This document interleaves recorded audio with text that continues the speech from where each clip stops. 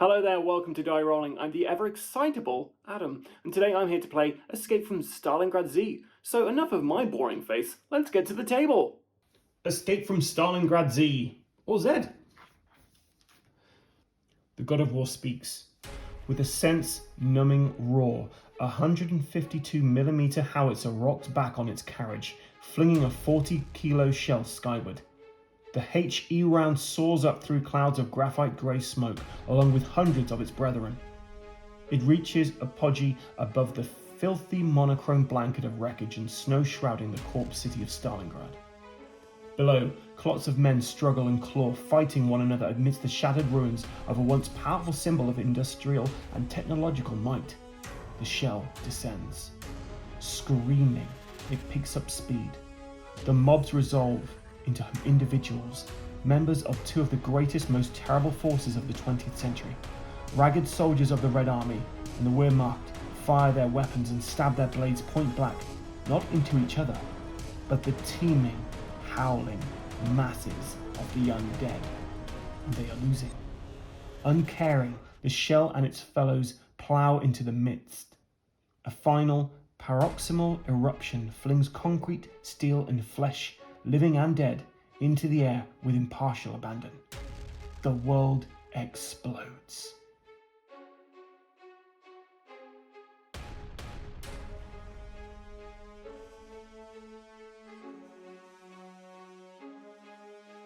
Furchtbar. First the terrifying sound and then the shockwave. Artillery shells rocket overhead.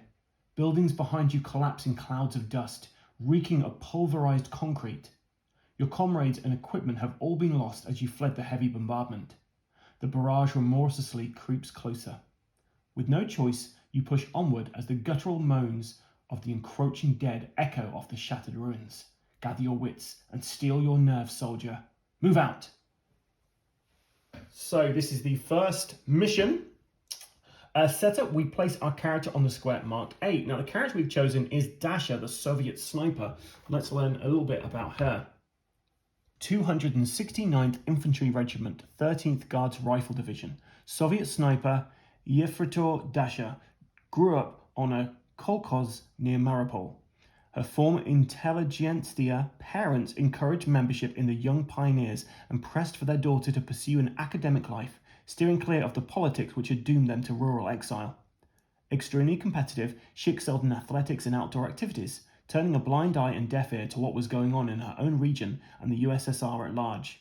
Then the Germans came, unleashing a storm of war that claimed most of her family and friends. Choosing the war against the greater evil, she petitioned to join the famous Red Army Sniper School and was accepted. She killed 3 men during her graduation exercise outside Kharkov and has been doing that ever since. Sent into Stalingrad's maw, she continues the fight against the greatest evil yet, the risen dead. Her preferred weapon is the Nagant Sniper, which looks pretty cool, but we've got to find the thing first. So to set up our character, we're going to put her health at 4 and her fatigue at 0. It's worth noting, you get a club printed on here and a grenade printed on there, but they're not actually, you don't start with those things. You actually start with nothing, as the plot said. So that's Dasha. The first thing is place your character in the square marked A. So there's Dasha on A. Place doors on blue doorways, so you can't quite probably make out, maybe you can just make out on the camera. We've got blues here, here, and here, so we have 3 doors. We place objective markers on the squares marked O. O for objective. We also need to make sure we put the round tracker on here. So what is your objective? Exit on the point marked by the green arrow. Secondary objective. Search the 2 objective squares marked with O. Roll 1d12 to determine the results on the table below. 1 to 2 we get nothing, 3 to 6 we get 1 ammo, 7 to 10 we get 1 food, and 11 to 12 we get 1 med kit. So the forces, we have 1, which is our character, starts with no weapons or gear, and 4 beta zombies, which we put into the zombie pool. Zombies spawn on S, which we only have 1 spawn point, which is right next to this door here. Things to remember. Yellow boxes denote hindering terrain, which costs +1 movement point to move onto. Only 1 search may be made per objective square. If you search, the character cannot move or attack during the activation. You must be adjacent to or on the square being searched. What you can find: food, ammunition, and medkit. So that's all the information we need. Here's our character. And the first thing we do every round is we roll for initiative. Now, even though there are no zombies here, we're just going to get into the habit of rolling for initiative. So I'm going to use the black dice as Dasha and the white-blooded dice for all the zombies in here. Now, it's worth noting that for initiative, the zombies get a -4 to their roll. So they're at a 6, we're at a 3, so the zombies would have activated first. However, there are no zombies here, so we get to go first, which is pretty handy. So the first thing we need to decide is, movement-wise, are we going to just stay where we are we going to walk, or are we going to run? Now, a walking character is allocated its base movement points, which is always 4. So it essentially means we have 4 movement points if we're just walking around. A running character receives double the base movement points, so 8 movement points. And a character who's stationary or performing a special action receives 0 movement points and cannot perform any movement actions. A character may perform as many movement actions as their MPs will allow. In any order, movement actions are listed on a table, which is a very helpful table here. So you can kind of have this in your playing area, so you'll refer back to all this, which is really helpful. So we're probably going to run at this point because, you know, why wouldn't you? So it's going to cost us 2 movement points to move forward there, which means we have 6 left. 2 movement points to move diagonally. So we've got 4 movement points left.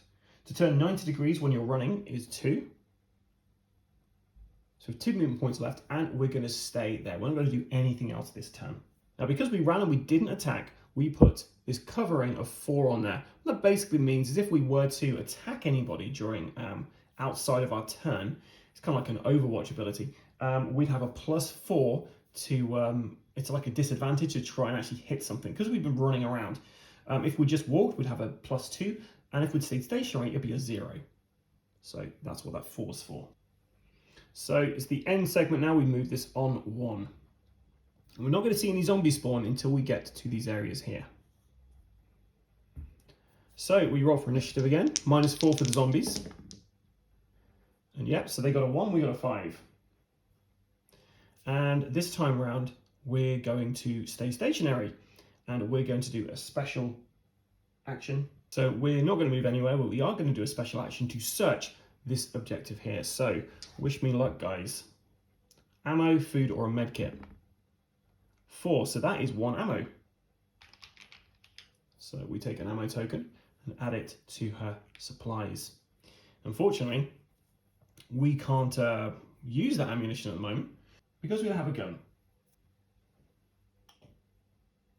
So we have 0 for covering because we didn't do anything. Zombies activate, there's nothing to activate. So we're in the end segment, we move this along, we move that down. And we're going to see who's going first. Is it us or the zombies? Okay, so it's actually a tie, so you re-roll on ties. So we'd do that one. And we're going to run again this time. So we've got 8 movement points. And the first thing we're actually going to do is we're going to grab a club. This is something which is kind of buried further into the rule book. But if you are next to some, or on some hindering terrain, which is this yellow terrain here, then yeah, we're basically, you can spend 3 movement points to get a club. So we're going to get this club, which is pretty helpful. So that goes over there. So we've got 5 movement points left. 1 space to move forward. So we've got 4 left. It costs 2 movement points to open a door. And we're going to move another movement point. And then that's as far as we can actually move. Got a covering of 4 on there. What that covering 4 means, if we were to attack someone with our club, then to stun would be an 8 or more. To actually kill the thing or do 1 damage to it, it would cost 12 or more. So yeah, you can see it really does hinder you there. We're now going to go to the end phase. We're moving on to this bit here, which has got a spawn on there. Now, what's interesting about the spawn is basically during the the zombies' turn, they have a chance to spawn here. So really, we want to be going first at this point.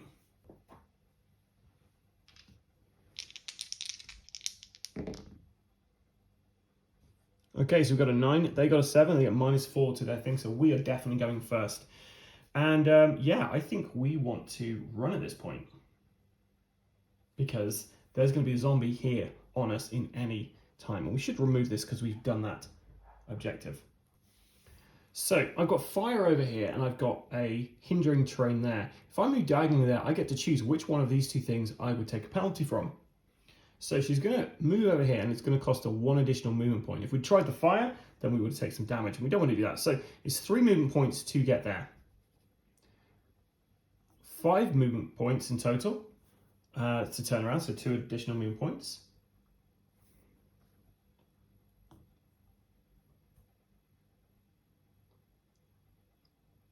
And 7 to get there.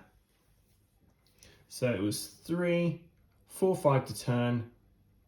Sorry, 6 to move forward 1 space. 7, 8 to turn to one side. She ran, so she has a 4 for her covering. There's no zombies on the field, but we do spawn our first zombie. And our first zombie is this one. We have a beta. And the reason why I don't believe hindering terrain blocks line of sight. It's just walls, so we would see that zombie out the corner of our eyes there.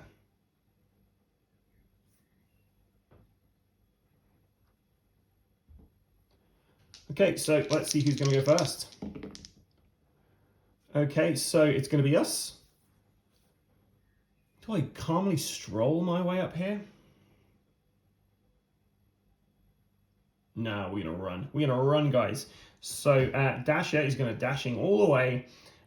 We're going to go 3, 4, 5, 6, because we get an additional movement point penalty because we're moving past this. We get additional movement point because we're moving diagonally past that. And then we're going to spend 2 action points to open the door. Okay, the zombies can actually do something now. So the zombies are going to move towards. And he had to move there because he cannot move through hindering or obstructing terrain. And we spawn another zombie. And I'd say she's probably got line of sight in this as well. So we get another beta.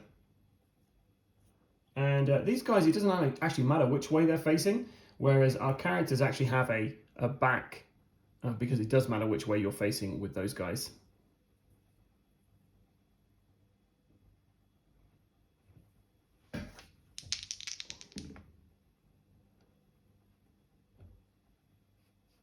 Okay, so we have once again got to go first, which is pretty handy. So we're going to, you know what, we're going to walk our way through this way. So 1 to walk, and then we're going to go 1 to turn,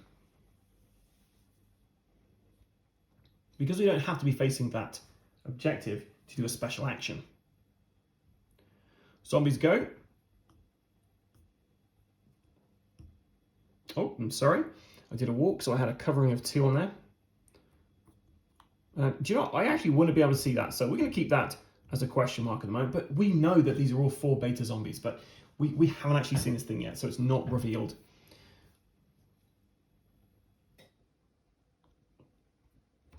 Okay, who's going to go first? Well, they get a -4, so it's us. We do our special action to search.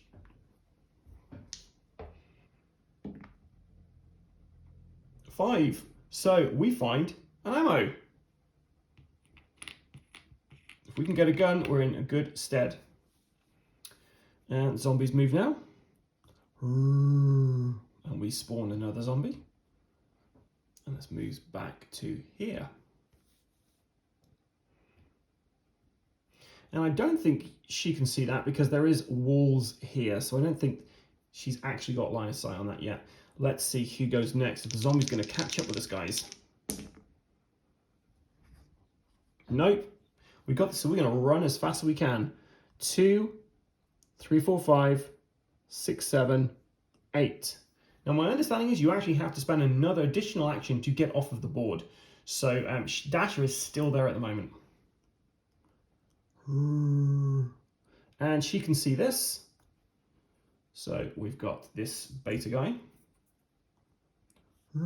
I'd say she can also see this guy. Let's see who goes first this time. And it's us again. So we spent our last action to come off here. You made it. The artillery strike takes out everything to your rear. Your moment of triumph is short-lived as you crash headfirst into a rusty beam. Turning your vision black, you lose consciousness. Proceed to scenario 3. Wake up. Time to die. So that was our very first venture into Stalingrad. Yeah, pretty fun stuff. I'm enjoying it. If you spotted any mistakes, let me know in the comments below. And yeah, join me again in the not too distant future as I will be continuing our escape from Stalingrad. I've been ever excited about them. Until next time, stay safe or die rolling.